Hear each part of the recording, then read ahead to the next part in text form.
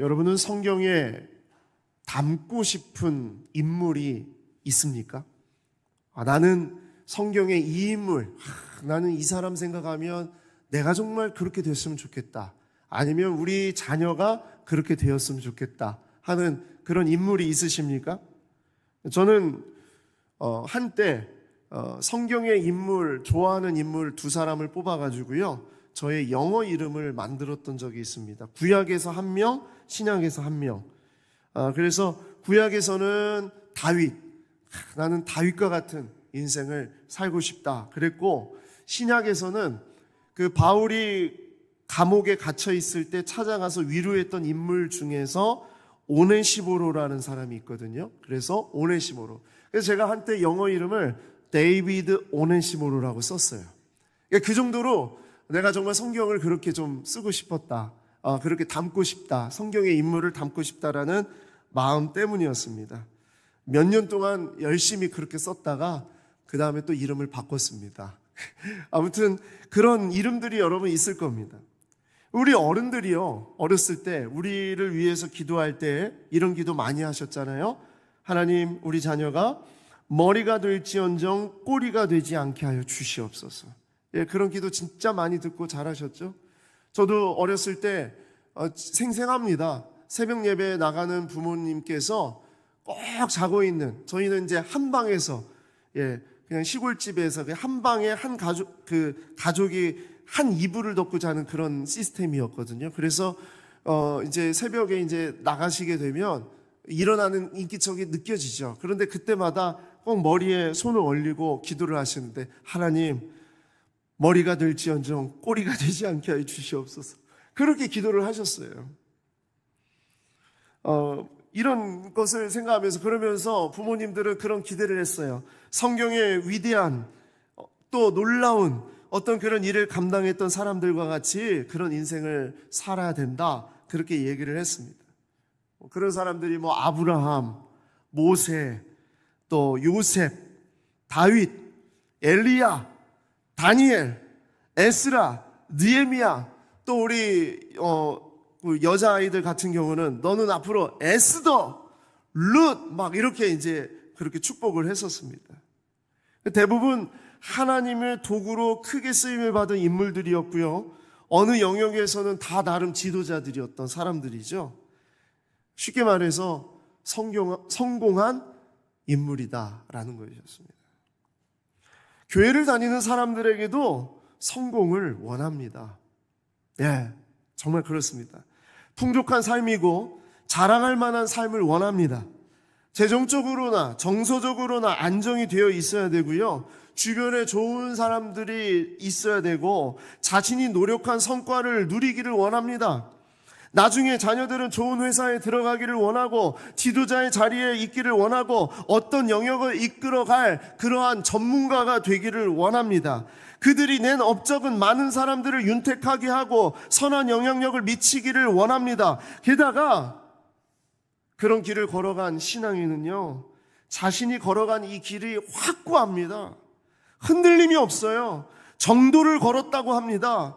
하나님의 길을 걸었기 때문에 하나님이 이렇게 축복을 했다라고 자신 있게 얘기합니다. 그래서 이렇게 하면 세상에서 이런 축복을 받는다라면서 책을 쓰기도 합니다. 제가 영광교회에 부임한다고 이제 하니까, 예전에 그렇게 하니까요, 저를 알고 있었던, 전에 이제 연락을 안 하던 그런 분들이 막 이제 연락을 하시는 거예요. 그러면서 축하한다고, 잘 됐다고, 어떻게 이제 담임이 되냐고 이러면서 이제 막 축복을 하는데, 그런 가운데에 이제 우리 잘 아는 이제 그 어른들이 요즘에는 유명해지려면 책을 한 권 써야 된다, 책 써야 된다, 책 써라 하면서 저한테 유명해지는 방법을 알려주시는 거예요. 마치 우리 아이들이 유튜브를 하게 되면요, 유튜브에서 구독자를 1000을 넘기는 방법, 1만을 넘기는 방법, 5만 명을 넘기는 방법, 그런 방법들이 있대요. 그래서 그런 어떤 기술을 알려주듯이, 야, 너 정말 유명한 목사가 되려면 너 이제 책을 써야 돼. 그 다음에는 뭘 해야 돼? 뭘 해야 돼? 제가 그런 얘기를 들으면서 얼마나 속으로 웃었는지 모릅니다. 너무너무 웃었어요. 왜냐하면 저는 전혀 그 책을 쓸 만한 그런 자가 못 되기 때문이기도 하지만, 어떻게 보면은 우리가 참 이 교회 안에서도, 신앙생활 안에서도 뭔가 잘 되고 뭔가 이렇게 정말 축복을 받아야만 정말 하나님 잘 믿는 사람인 것처럼, 하나님의 일꾼인 것처럼 그렇게 나타나지는, 드러나지는 그러한 모습을 보게 되면서 정말 얼마나 웃었고 마음이 씁쓸했는지 모릅니다. 근데 만약에 앞에서 언급했던 성경 인물과 완전히 상반된 그러한 성경의 인물들과 같은 삶을 살아야 된다면 그렇게 살겠는가? 그런 질문을 해보게 됩니다. 교회를 다니고 있지만 실패한 삶을 사는 사람이라면 어떻을까요? 세상적으로 하나도 자랑할 것이 없어요. 주변에 사람들도 없어요. 그리고 건강하지도 못해요. 재정적으로도 정서적으로도 안정되어 있지 않아요. 풍족한 삶이 아니에요. 가난해요. 자녀들은 제대로 잘 되지도 못했어요. 그리고 성공도 못했어요. 직장도 못 다니고 있어요. 어떠한 것도 자랑할 것이 없어요. 그런데도 하나님의 사람으로 살아야 된다고 한다면, 여러분, 그래도 그런 하나님의 사람이 되겠습니다라고 여러분 결단할 수 있을까요? 수십 년 동안 아무도 말을 들어주지 않아요. 어떤 영향력도 없어요. 물질적인 성공도 없고요. 가난하고 심각한 빈곤의 삶을 살아야 되고요. 이웃에게 배척을 당합니다. 심지어 가족에게 버림도 받습니다. 그 당시에 종교 지도자들도 가까이 오기를 싫어해요. 친구도 없어요. 내 얘기 들어줄 한 사람도 없어요. 그런데 하나님이 너는 하나님의 사람으로 그렇게 살아야 된다라고 한다면 살겠습니까?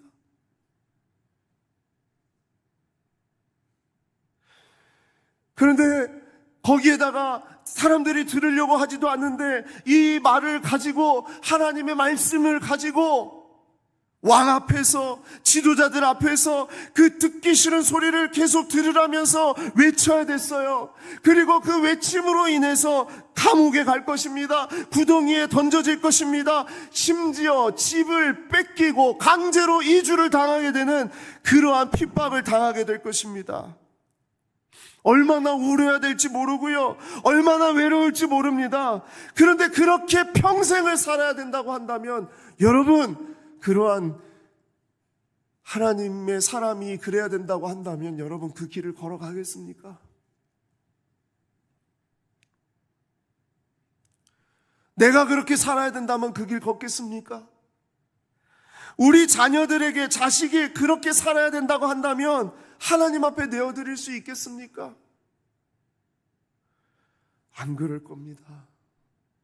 저도요, 성경의 말씀 속에서 축복받고 하나님께서 놀라운 역사를 일으키시고 기적과 같은 어떤 그런 그릇으로 쓰임받았던 사람들에 대한 이야기를 하지, 우리 자녀에게 순교에 대한 이야기, 고통받은 이야기, 슬픔의 이야기, 아픔의 이야기, 그런 이야기를 너가 그렇게 살 수 있다고 자녀들한테 그렇게 얘기할 수 있을까요? 만일 하나님이 저에게 그렇게 살아야 한다, 너의 인생이 그런 인생이다, 그렇게 하신다면 저는 그렇게 못 삽니다. 저는 그렇게 살 수 없습니다. 얘기했을 겁니다. 그런데 하나님이 지금 찾는 사람이 그런 사람이라면 어떻겠습니까? 누가 내게 부르짖어 저들을 구원케 할 것인가? 누가 나를 위해 가서 나의 사랑을 저들에게 전할 것인가? 한 사람도 이야기를 듣지 않으려고 하는 그 사람들에게 다가가서 누가 나의 메시지를 전할 것인가 하고 그런 사람을 찾는다면 어떻게 하시겠습니까? 주님, 제가 하겠습니다. 저를 보내주십시오. 여러분, 이렇게 우리는 말할 수 있을까요? 아니요. 하나님, 저는 아닌 것 같아요. 저는 아직 준비가 안 됐어요. 저 말고 다른 사람을 좀 보내주실 수 없을까요? 그랬을 것입니다. 근데 하나님이 찾고 계세요. 하나님이 그렇게 찾고 계세요. 정말 오랫동안, 평생 동안 어떠한 유익도 없어요. 어떠한 즐거움도 없어요. 어떠한 정말 자랑할 만한 것이 없어요. 그럼에도 불구하고 나의 이 말을 전할 사람, 나의 이야기를 전할 사람, 듣지 않으려는 그 사람들에게 가서 계속 외쳐야 될 사람, 아무것도 자랑할 것이 없는데 가서 하나님의 말씀을 전해야 될 사람, 그 사람을 하나님은 찾고 계셨습니다. 그것이 바로 이스라엘의 가장 어둡고 가장 황폐하고 가장 너무나도 참혹한 그런 시절을 맞이하기 직전, 바로 이스라엘 땅에 하나님의 말씀을 전할 그 사람을 찾고 계셨는데, 바로 하나님께서 찾으신 그 사람이 바로 우리가 오늘 읽은 예레미야, 바로 예레미야 선지자였습니다. 혹시 여러분 중에서 우리 자녀가 예레미야처럼 되게 하여 주시옵소서라고 잘못 알고 기도하신 분이 계시다면 빨리 바꾸셔야 됩니다. 예. 그런 인생이 없어요. 그렇게 처참한 인생이 없다고요. 겉으로 볼 때 예레미야서를 보니까, 야, 예언서 중에 가장 긴 예언서네, 구약의 성경 말씀 중에서, 야, 이렇게 긴 책을 썼단 말이야. 야, 예레미야, 넌 예레미야가 되기를 원한다. 여러분, 그것은요, 빨리 바꾸셔야 됩니다. 예레미야는 성공한, 정말 그냥 우리가 앞에서 얘기했던 그런 성경의 그런 인물이 아니었습니다. 예레미야를 착각해가지고 우리는 위대한 선지자, 정말 엄청나게 하나님께서 정말 축복을 많이 주신 그런 선지자라고 생각하는데 아니에요. 그게 아니에요. 예레미야는 완전한 실패자, 다 무너진 사람, 소망이 전혀 없는 그러한 삶 속에 아무도 듣지 않는 너무나도 외롭고 고독한 가운데에서 평생을 하나님 말씀만 전했던 사람입니다.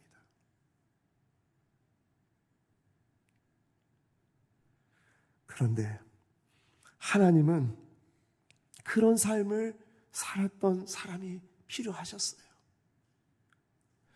그 당시에 이스라엘은 너무나도 자기들의 그런 물질과 황금과 자기들의 그런 어떤 기득권과 자기들의 그런 주장과 그런 것들로 가득해가지고요, 하나님의 말씀을 전혀 듣지 못하는 정말 그런 시대였기 때문에 그런 가운데 그 백성들에게, 이 타락한 민족에게 하나님의 말씀을 전할 수 있는 사람은 아무것도 없었던 사람이어야 됐어요.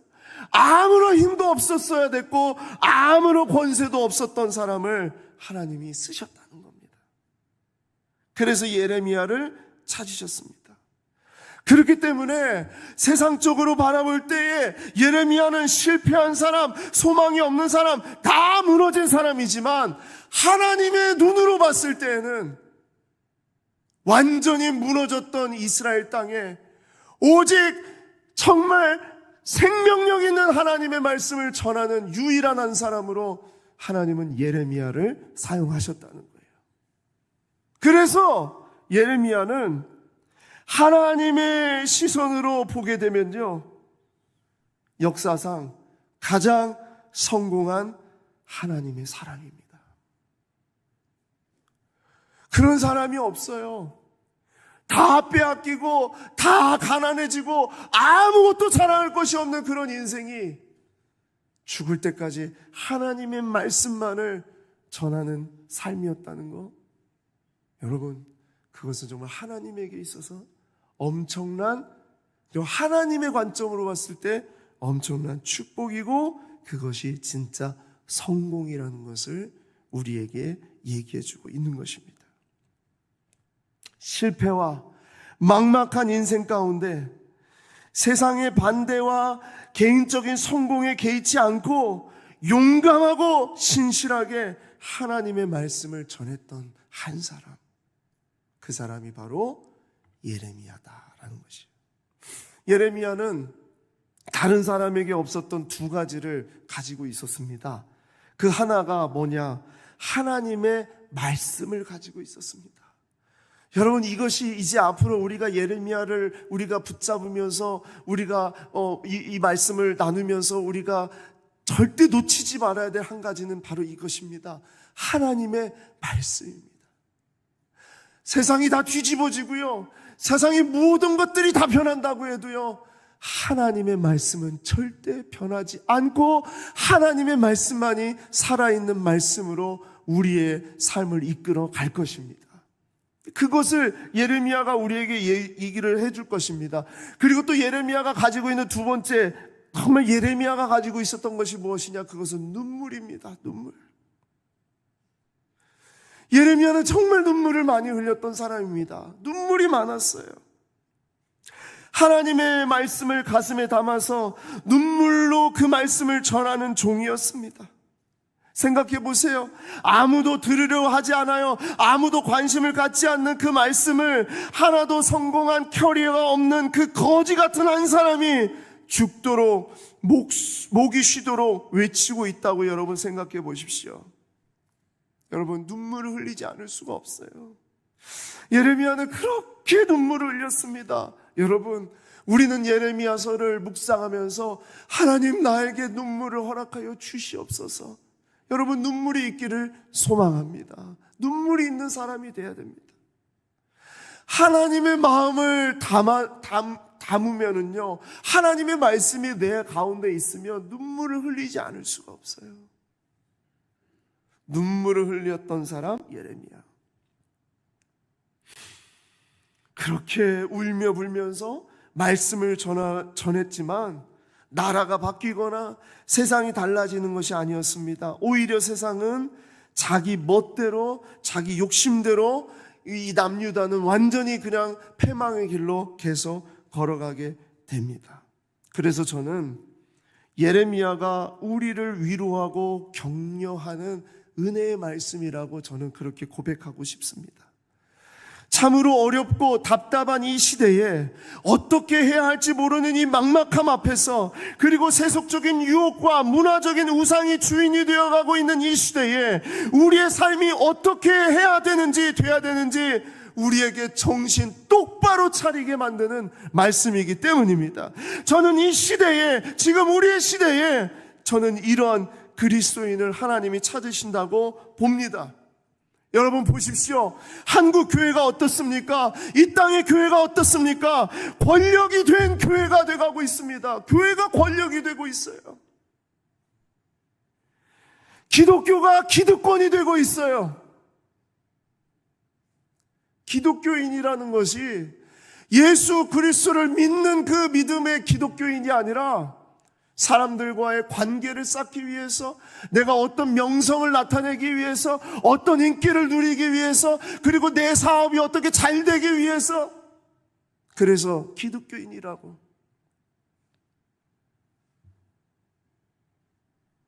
인맥을 위해서 교회에 나가고 축복의 메시지만 받기를 원해요. 좋은 얘기, 복 받는 얘기, 성공하는 얘기, 위대한 기적이 일어나는 얘기, 그런 것에만 우리가 정말 우리의 귀가 거기에 현혹이 돼서. 여러분, 그러지 않습니까? 정말 우리 지금 이 시대에 이 땅에 있는 우리 교회와 우리 그리스도인들이 정말 들어야 되는 말씀이 이 예레미야의 말씀이에요. 예레미야의 시대와 지금 우리 교회가 있는 이 시대와 똑같습니다. 기독교는 종교가 됐어요. 기독교는 우리에게 목숨이었고 생명이었어요. 정말 여기에는 우리의 삶이 있었고 우리들의 전부가 있었단 말이에요. 그런데 지금은 기독교가 종교입니다. 그냥 일주일에 한번 갔다 오게 되는 종교 행위가 되어버렸습니다. 하나님의 말씀이 우리들의 삶에 어떠한 영향력을 미치지 못하고 있어요. 교회를 다닌다고 하는 사람들이 먼저 앞장서서 거짓되고 타락한 짓을 행하고 있고요. 거짓말을 일삼고 있고요. 폭행을 하고 음란한 짓을 하고 그런 일들이 우리 가운데 얼마나 많이 일어나고 있습니까? 이 시대 전혀 다르지 않습니다. 예레미야가 살았던 시대와 똑같은 그런 모습으로 역사는 계속 반복되고 반복되고 반복되기 때문에 하나님의 말씀을 들어야 됩니다. 예레미야의 그 정말 눈물을 흘리면서 절규하는 그 메시지가 들리기를 소망합니다. 오늘부터 우리가 이 예레미야의 말씀을 우리가 붙잡고 이제 앞으로 이 예레미야의 말씀을 가지고 계속 이 말씀을 가지고 나아갈 때에 정말 우리에게 말씀이 살아있기를, 눈물이 흘러넘치기를 간절히 소망합니다. 자, 오늘 말씀 속에서 우리에게 주시는 그 하나님의 마음이 무엇일까? 첫 번째는 이것입니다. 혼탁한 시대 가운데 선명하게 임하는 하나님의 말씀. 혼탁한 시대 가운데에도 선명하게 임하는 하나님의 말씀입니다. 자, 예레미야 1장 1절에서 3절 우리 같이 함께 읽겠습니다. 시작. 베냐민 땅 아나돗의 제사장들 중 힐기야의 아들 예레미야의 말이라. 아몬의 아들 유다 왕 요시야가 다스린 지 13년에 여호와의 말씀이 예레미야에게 임하였고, 요시야의 아들 유다 왕 여호와김 시대부터 요시야의 아들 유다 왕 시드기야의 11년 말까지 곧 5월에 예루살렘에 사로잡혀 가기까지 임하니라. 아멘. 자, 이 세 절의 말씀은 예레미야가 있었던 시대에 살았던 시대의 상황이 어떠했는지를 설명하는 내용입니다. 예레미야의 가문은 아론의 제사장 계열로부터 내려온 제사장 가문이었어요. 보시면은 베냐민 땅 아나돗의 제사장들 중 힐기야의 아들 예레미야의 말이라 그랬습니다. 그래서 제사장 가문입니다. 그 뼈대가 있는 가문이었겠죠. 그랬는데 이 가문은 사실 솔로몬 시대에 추방된 가문입니다. 그러니까 제사장 가문 중에서 추방을 당했습니다. 그래서 실제로 제사장 직분을 수행하는 가문은 아니었어요. 그러나 어렸을 때부터 제사장 이 가문에서 살았기 때문에 제사장의 직분과 그 역할에 대한 이야기를 듣고 자랐습니다. 그러니까 예레미야는 모태신앙이라고 봐도 됩니다. 종교적으로 어떤 가문이었는가 그것을 이제 얘기할 수 있어요.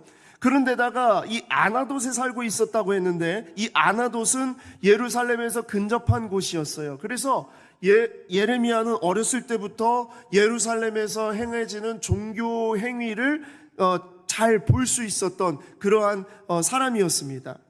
그런데 제사장 가문인 그가 선지자로 부르심을 받게 된 것은 이 암울하고도 혼탁한 시대에 일들이 있었기 때문입니다. 자, 이 시대가 어떤 시대였냐 보니까 아몬의 아들 유다의 왕 요시야가 다스린 지 13년이라고 그렇게 얘기하고 있습니다. 그러니까 예레미야가 활동했던 시대가 어떤 시대인지를 아주 정확하게 표현하는 겁니다. 이 요시야가 다스린 지 13년이라는 것은요, 당시에 북이스라엘, 남유다 두 왕국이었죠. 이스라엘이 두 왕국으로 나뉘어지고 있었을 때 북이스라엘이 아수르에 의해서 BC 722년에 완전히 멸망을 당했어요. 이 완전히 멸망을 당한 것을 남유다가 다 보았어요. 북이스라엘이 다 멸망을 당한 것을 보고 났는데도 불구하고 남유다는 북이스라엘 멸망을 보면서 조롱하면서 야 니네 하나님이 벌 준 거야 막 이렇게 얘기하면서 뭐라고 생각을 했냐면 우리는 하나님이 복 주신 거야. 너희는 멸했고 우리는 지켜주셨잖아. 그러니까 남유다는 하나님의 백성이야 하면서 남유다 사람들은 선민의식으로 가득 차 있었어요.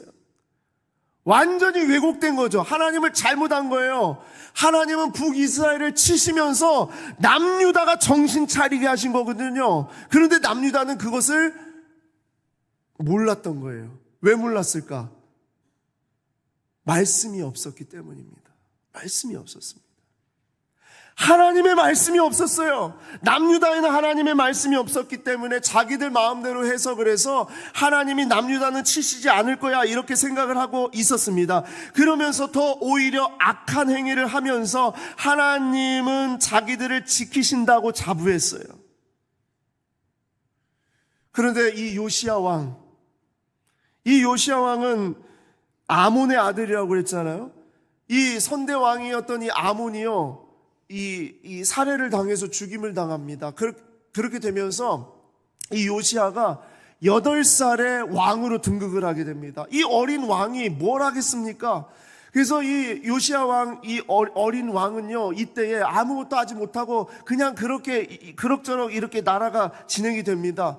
그러니까 나라의 형편이 이런 꼴인데, 게다가 당시에 이 남유다를 중심으로 해서 주변에 민족들이, 아주 강한 민족들이 형성되어 있었어요. 자, 북이스라엘을 멸망시켜서 아수르라는 나라가, 아주 강력한 나라가 위에 있었겠죠. 그리고 저 남방에, 저 밑에 쪽에 이 이집트, 애굽에서 이 이집트의 힘이 막 길러지고 있었고요.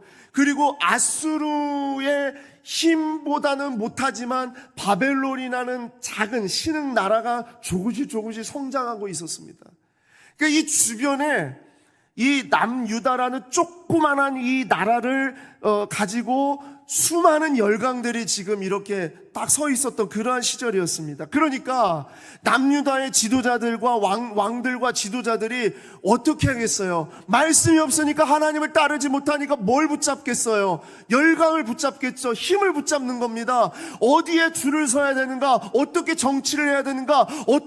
어떻게 해서 어떻게라도 재산을 더 모아야 되는다, 이런 거에 초점을 맞추고 있었단 말이에요. 그러니까 사람들이 교만했고요, 타락했습니다. 그리고 물질주의, 황금 만능주의가 가득했고요. 그런 가운데에 이 요시야라는 왕도 어린아이의 어린 왕이 등극을 했으니 나라가 어떻겠습니까?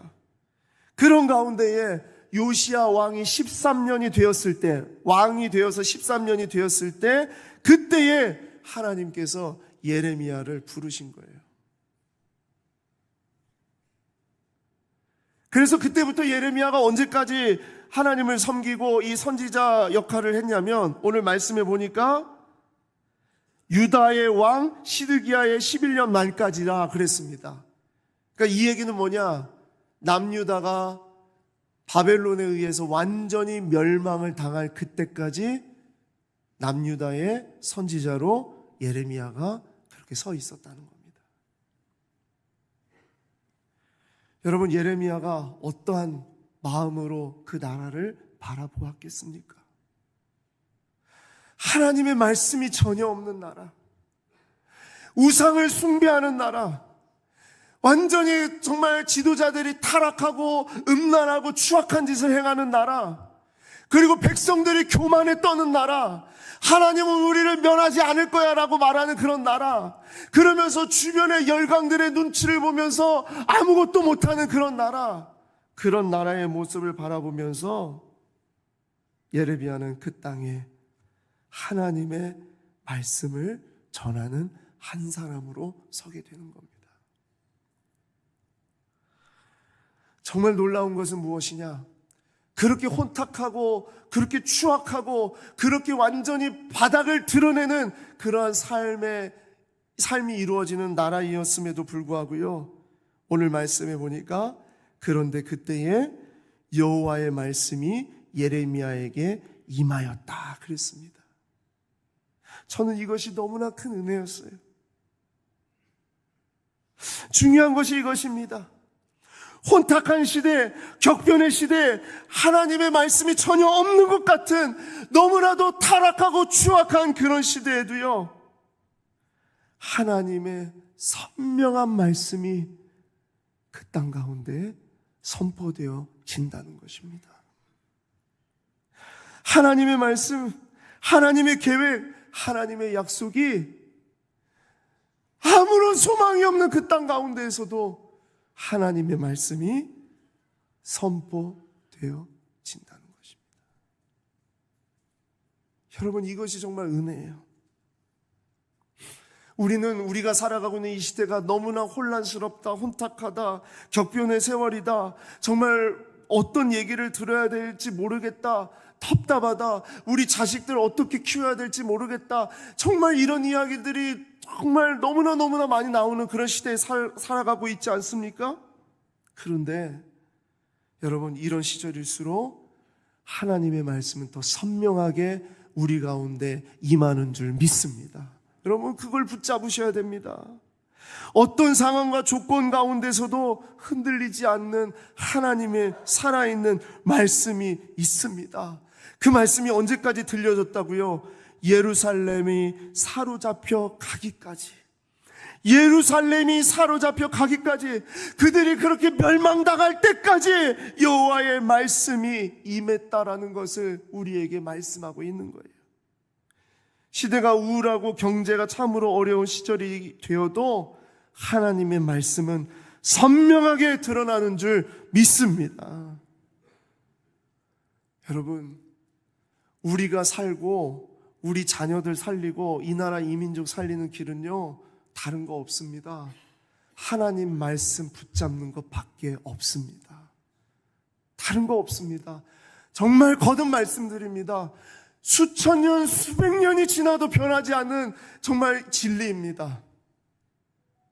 세상은 다 뒤집어지고 이것이 정답이다, 저것이 정답이다, 아무리 그렇게 말해도요, 모든 것은 다 무너졌습니다. 오직 하나님의 말씀만 살아있고 역사하며 영원히 우리 가운데서 우리를 이끌어 가시는 줄 믿습니다. 말씀 붙잡으셔야 됩니다. 말씀 읽으셔야 돼요. 하나님 말씀 앞에 서셔야 돼요. 여러분들이 하나님 말씀 바라보지 아니하고 성경 읽지 아니면 여러분, 정말 우리는 종교행위 하는 겁니다. 하나님 말씀 앞에 서야 됩니다. 자, 따라하겠습니다. 하나님의 말씀은 지금도 역사하십니다. 시작. 역사하십니다. 자, 옆에 있는 분에게 시작. 하나님의 말씀은 지금도 역사하십니다. 두 번째로, 하나님을 버린 무리 가운데로 보내신 하나님의 한 사람. 하나님을 버린 무리 가운데로 보내신 하나님의 한 사람. 그 사람을 우리에게 보여주고 계십니다. 세상이 다 하나님을 버려도 하나님은 그 가운데 하나님의 보내주신다는 거예요. 예레미야 1장 5절에서부터 10절까지 보시겠습니다. 내가 너를 모태에 짓기 전에 너를 알았고, 내가 배에서 나오기 전에 너를 성별하였고, 너를 여러 나라의 선지자로 세웠노라 하시기로, 내가 이르되 슬프도소이다 주 여호와여, 보소서 나는 아이라 말할 줄 알지 못하나이다. 하나님이 예레미야를 부르셨는데, 내가 너를 알았고 너를 성별하였고 너를 선지자로 세웠노라 그랬더니 예레미야가 그러는 거예요. 하나님, 나는 두 가지의 약점이 있어요. 그게 뭐냐면, 첫 번째로 저는 너무 어려요. 지금 이 예레미야가 하나님의 부르심을 받았을 때가 20살 남짓 그때입니다. 젊은 때였어요. 청소년 시절이었어요. 그때 저는 어립니다. 두 번째로, 저는 말주변이 없어요. 말을 못해요. 하나님의 말씀을 전해야 되는데 제가 어떻게 하나님의 말씀을 전합니까? 저는 말을 못해요. 이 두 가지였죠.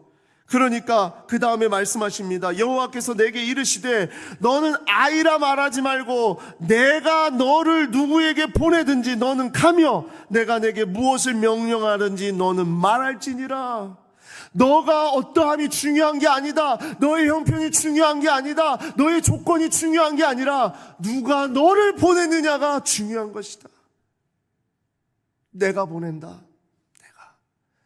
여호와 하나님, 내가 너를 보낸다.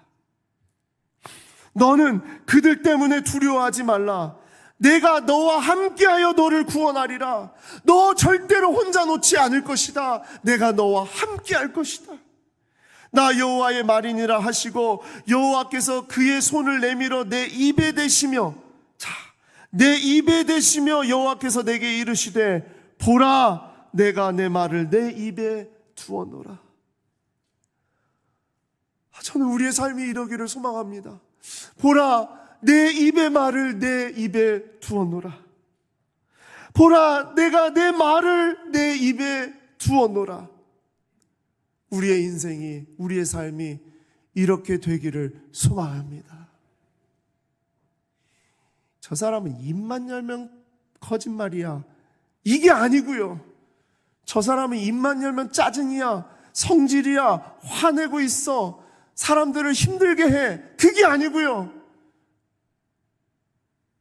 입만 열면 하나님의 말씀을 전할 수 있는 그 입술이 여러분과 저의 입술이 되기를 소망합니다. 보라, 내가 오늘 너를 여러 나라와 여러 왕국 위에 세워 내가 그것들을 뽑고 파괴하며 파멸하고 넘어뜨리며 건설하고 심게 하였느니라 하시니라. 아멘. 여러분, 하나님을 다 버리고요, 하나님을 모른다고 하고 하나님의 말씀을 들으려고 하지도 않는 완전히 타락한 이 백성들에게 하나님은 하나님의 말씀을 둔 한 사람을 보내는 것을 보게 됩니다. 여러분, 이 시대에 어떻게 살아가시겠습니까? 그냥 세상이 다 그러니까, 세상이 다 그렇게 하니까, 문화가 그러니까, 사람들이 다 그런데 아니 교회 다니는 사람들도 다 그런데 내가 좀 다르게 살아서 뭐합니까? 여러분, 그렇게 할 겁니까? 그건요, 무리라고요, 무리. 그냥 군중이에요. 하나님은 우리를 무리로 부르지 않으셨어요. 군중으로 부르지 않으셨어요. 하나님은 우리를 하나님의 말씀을 입에 놓기 위해서 입에 담아둘 그 한 사람으로 우리를 부르셨어요. 우리는 무리로 사는 것이 아닙니다. 우리는 제자로 사는 것입니다. 하나님의 말씀을 담아내는 자로 사는 것입니다. 세상이 흔들리고 사람들이 다 주를 떠나도요, 우리는 그렇게 그럭저럭 살아갈 수가 없습니다. 우리에겐 들려져 있는 생명의 말씀이 있기 때문입니다. 어쩌면 우리도 늘 그렇게 변명할지 모릅니다. 하나님, 나는 아닌 것 같아요. 나는 지금 아닌 것 같아요. 나는 아직 준비가 안 된 것 같아요. 우리는 그렇게 말할지 모르겠어요. 그런데 아니요, 내 조건과 내 능력으로 하나님이 나를 쓰시는 것이 아니라 하나님이 쓰시겠다고 하시면 쓰시는 거예요. 그게 하나님의 사람입니다. 아무것도 자랑할 것이 없고 아무것도 내세울 것이 없다 하더라도요, 하나님이 쓰시겠다고 하면 하나님의 사람입니다. 여러분, 그런 인생이 되기를 소망합니다. 그래서 예레미야 1장 7절과 9절, 하나님이 그런 사람에게 이렇게 말씀하시는 거예요. 자, 한번 여러분, 내가 받은 말씀이라 생각하고 내가 받은 말씀입니다. 그렇게 읽겠습니다. 시작. 여호와께서 내게 이르시되 너는 아이라 말하지 말고 내가 너를 누구에게 보내든지 너는 가며 내가 내게 무엇을 명령하든지 너는 말할지니라. 여호와께서 그의 손을 내밀어 내 입에 대시며 여호와께서 내게 이르시되 보라, 내가 내 말을 내 입에 두었노라. 아멘. 따라하겠습니다. 하나님의 말씀을 내 입에 두셨습니다. 시작. 하나님의 말씀을 내 입에 두셨습니다. 자, 옆에 사람에게 하나님의 말씀을 당신 입에 두셨습니다. 시작. 하나님의 말씀을 당신 입에 두셨습니다. 자, 그리고 마지막으로 오늘 말씀을 통해서 우리에게 주신 말씀은요, 두려운 시대 가운데 반드시 구원하시는 하나님의 약속이 있습니다. 두려운 시대 가운데 반드시 구원하시는 하나님의 약속이 있습니다. 예레미야는 따뜻한 말을 전하는 자가 아니었어요. 사랑의 언어를 전하는 자가 아니었어요. 예레미야는 무섭고 두려운 심판의 메시지를 전하는 사람이었습니다. 하나님께서 예레미야를 부르시고 환상을 보게 하셨는데 두 가지 환상을 보게 하셨어요. 하나는 살구나무 가지 환상이고 하나는 끓는 가마 환상입니다. 살구나무 가지 환상은, 이 살구나무 가지는 어떤 의미냐면, 살구나무는요, 그 가지에서 봄에 가장 먼저 꽃을 피운다고 그래요. 그래서 살구나무를 보게 되면, 이제 봄이 분명히 오는구나, 이제 정말 이 일이 이루어지는구나, 그것을 확실하게 알 수 있는 징조라는 거예요. 그러니까 살구나무를 봤다는 건 하나님의 심판이 정말 분명하게 이루어질 것이라는 것을 나타내는 것입니다. 그리고 이 기울어져 있는 환상, 그쵸? 이것은요, 무엇을 말하느냐? 기울어진 뭡니까? 네, 갑자기, 그죠?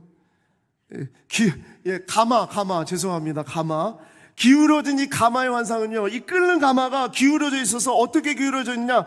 북쪽에서부터 기울어져 있다는 거예요. 북쪽에서부터 남쪽으로 기울어져 있어가지고, 이 이야기는 북쪽에서부터 바벨론이 남유다를 멸망시킬 것임을 드러내시는 환상입니다. 여러분, 이 환상은 좋은 환상이 아니죠. 무서운 환상이에요. 심판의 환상입니다. 그래서 이 환상을 보는 것도 두려운 거지만, 이 환상을 아무도 듣지 않는, 이런 말에 아랑곳하지 않는 사람들 사이에 가서 이 말씀을 전해야 된다는 것이 얼마나 두렵겠습니까? 그래서 예레미야는 나중에 감옥에도 가고 집도 빼앗기고요, 그리고 완전 구덩이에도 갇히게 되고, 가족으로부터도 예레미야는 버림을 받습니다. 얼마나 두려운 일입니까? 그런데 하나님이 이렇게 말씀하세요. 예레미야 1장 17절 19절 말씀입니다. 그러므로 너는 내 허리를 동이고 일어나 내가 내게 명령한 바를 다 그들에게 말하라. 그들 때문에 두려워하지 말라. 내가 그들 앞에서 두려움을 당하지 않게 하리라. 보라, 내가 오늘 너를 그 온 땅과 유다 왕들과 그 지도자들과 제사장들과 그 땅 백성 앞에 견고한 성읍, 쇠기둥, 녹선벽이 되게 하였은즉 그들이 너를 치나 너를 이기지 못하리니 이는 내가 너와 함께하며 너를 구원할 것임이라. 여호와의 말이니라. 아멘. 저는 이 말씀을 읽는데 전율을 느꼈어요. 감동을 느꼈어요. 하나님은 하나님의 말씀을 둔 자를 어떻게 대하시는가를 보게 되는 겁니다. 하나님은 그냥 그를 그렇게 내버려 두지 않으신다는 거예요. 그렇게 어렵고 힘든 길을 걸어가고 있지만 절대로 두려움을 당하지 않도록 담대하게 하신다는 것을 말하고 있습니다. 그들 때문에 두려워하지 말라. 세상 때문에 두려워하지 말라. 실패 때문에 두려워하지 말라. 듣지 않는 것 때문에 두려워하지 말라. 사람들의 조롱 때문에 두려워하지 말라. 가족이 너를 버렸다는 것 때문에 두려워하지 말라. 자랑할 것이 아무것도 없다는 것 때문에 두려워하지 말라. 그런 것 때문에 두려워하지 말라. 내가 그들 앞에서 두려움을 당하지 않게 하리라. 그들이 너를 칠 수 있다. 너를 조롱하고 공격하고 너를 무너뜨리는 말을 할 수 있다. 그러나 너를 절대 이기지 못하리라. 이는 내가 너와 함께하여 너를 구원할 것임이라. 아멘. 내가 너와 함께하여 너를 구원할 것임이라. 임마누엘의 능력, 하나님의 그 은혜를 우리에게 주시겠다는 겁니다. 사랑하는 성도 여러분, 어떤 문제가 있습니까? 어떤 두려움이 있습니까? 인간적인 지식으로 감당하려고 하셨습니까? 권력으로, 경험으로, 지위와 신분으로, 물질로, 뭔가로, 세상적인 것으로 그 문제를 풀어가려고 하셨습니까? 안 됩니다. 안 될 겁니다. 오직 하나님의 말씀, 하나님을 붙잡음으로, 하나님이 함께 하심으로만 그 모든 것을 넉넉히 이길 수 있음을 믿습니다. 오직 그 일을 이끄시고 이루실 여호와 하나님, 그 하나님이 함께 하신다는 것을 붙잡으시기 바랍니다. 영적인 승리는 우리에게 달려있는 것이 절대 아닙니다. 우리를 보내신, 우리에게 말씀을 두게 하신 우리 하나님에게 있는 줄 믿습니다. 여러분, 따라하겠습니다. 반드시 하나님의 약속대로 됩니다. 시작. 하나님의 약속대로 됩니다. 자, 옆에 분에게 시작. 반드시 하나님의 약속대로 됩니다. 아멘. 네. 사랑하는 성도 여러분, 우리가 이 마음을 가지고 우리가 함께 주님 앞에 기도하기를 소망합니다. 우리가 주님 앞에 나아갈 때에 이런 마음이 있기를 원해요. 하나님은 어떠한 상황 속에서도, 너무나도 혼탁한 정말 이런 상황 가운데서도 하나님의 말씀은 너무나도 선명합니다. 너무나도 선명합니다. 하나님의 말씀은 절대 흐려지지 않습니다. 그 말씀을 붙잡는 우리가 되기를 원하고요. 하나님을 버린 무리 가운데 하나님은 우리를 다시 보내실 겁니다. 영혼들을 향해서, 민족을 향해서, 하나님을 배척하는 사람들을 향해서 우리를 보내실 때 우리는 하나님의 능력으로 다시 갈 수 있음을 믿습니다. 그리고 두려운 시대 가운데 반드시 구원하시는 하나님의 약속을 꼭 붙잡으시고 용기 잃지 마시고 예레미야의 말씀을 같이 묵상하면서 정말 이 시대를 하나님의 말씀과 눈물로 이겨나가는 여러분과 제가 되기를 소망합니다.